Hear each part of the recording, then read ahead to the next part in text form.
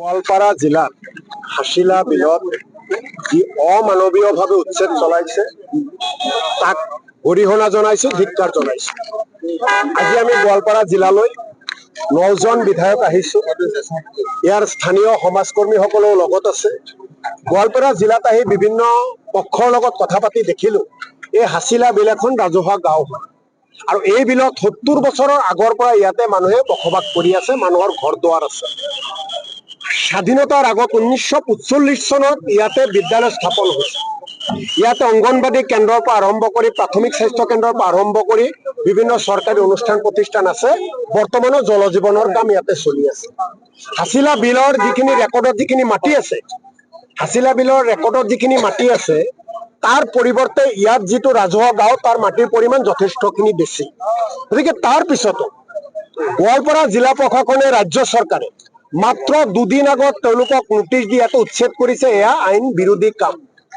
Supreme কোৰ্টৰ পৰা, গুৱাহাটী মাননীয় হাইকোৰ্টৰ পৰা স্পষ্ট নিৰ্দেশনা আছে, কোনো ভাৰতীয় মানুহক উচ্ছেদ চলালে তেওঁলোকক আকৌ তেওঁলোকে যাতে বাসস্থান বনাব পাৰে, তেওঁলোকে অন্ন বস্ত্ৰ বাসস্থানৰ কাৰণে যাতে কোনো অসুবিধা নহয় তাৰ ব্যৱস্থা চৰকাৰে কৰিব লাগে, প্ৰশাসনে কৰিব লাগে, পুনৰ সংস্থাপনৰ ব্যৱস্থা কৰিব লাগে। কিন্তু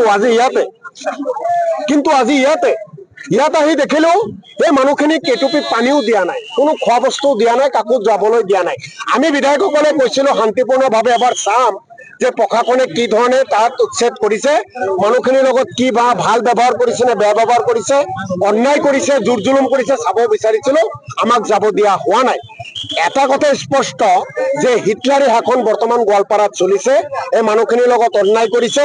ভাৰতীয় মানুহখিনিৰ লগত এনেকুৱা কাম কৰিব নোৱাৰে, আইনে কৰিবলৈ নিদিয়ে, কিন্তু আজি আইন বহিৰ্ভূতভাৱে এই কামখিনি কৰিছে।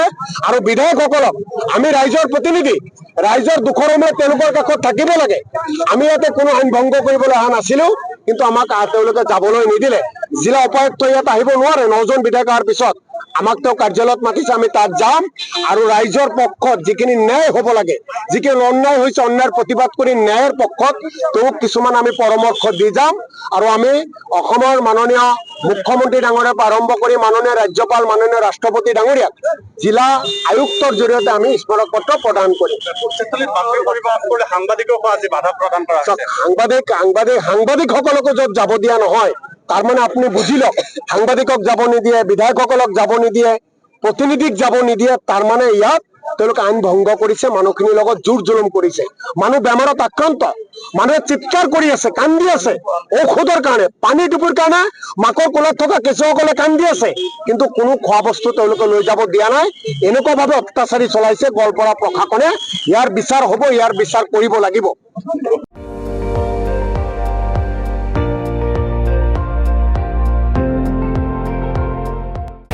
আপুনি চাই আছে ND24, সৰ্বশ্ৰেষ্ঠ নহয়, সৰ্বোত্তমৰ দৌৰ।